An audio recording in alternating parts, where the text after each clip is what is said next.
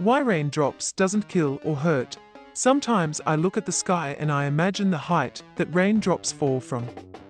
I assume it will move fast like a bullet and kill us immediately, but it doesn't. It's a combination of, ironic in this context, terminal velocity and the fact that it's fluid that easily deforms. Hail on the other can and does kill people. The dominant downward force, gravity, scales with volume. It is proportional to mass. The dominant upward force, drag asterisk, is proportional to surface area, because it is air dragging on the water interface. The ratio of downward force to upward forces, FDFU, therefore is proportional to radius cubed over radius squared, or R3R2, which just cancels out to being proportional to the radius of the object. Because rain droplets are very small, the ratio of downward forces are not much greater than the upward forces, and as such the rain does not move downward with much force. It is only upward because the rain's velocity is downward. If the droplet were moving upward for any reason, drag would pull it downward. The resistance on a raindrop, also known as drag, points in the opposite direction to the raindrop's velocity. In other words, gravity is pulling the raindrop down and air resistance is pushing it up. As long as the force of gravity is greater than the force of air resistance, the raindrop will continue to accelerate downward.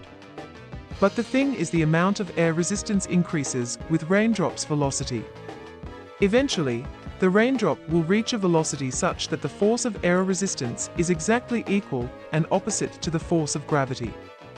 At this point, there will be no net force on the raindrop, and it will stop accelerating. This is called terminal velocity because it is the velocity at which acceleration terminates. Raindrops can absolutely hurt. Today I had a bike ride with rain and strong headwind. It was quite painful actually. This already shows you that, yes, just as the other pointed out, the air is the key point here. And when the air moves relative to you, that can make the max speed of the rain relative to your much higher. You should try to go out during a hailstorm and see what happens.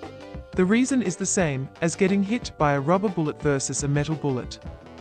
You really only feel pain if the bullet passes through your skin, but if it bounces off because of deformation, meaning the droplets end up absorbing most of the impact energy itself and splinters apart, then you would be fine.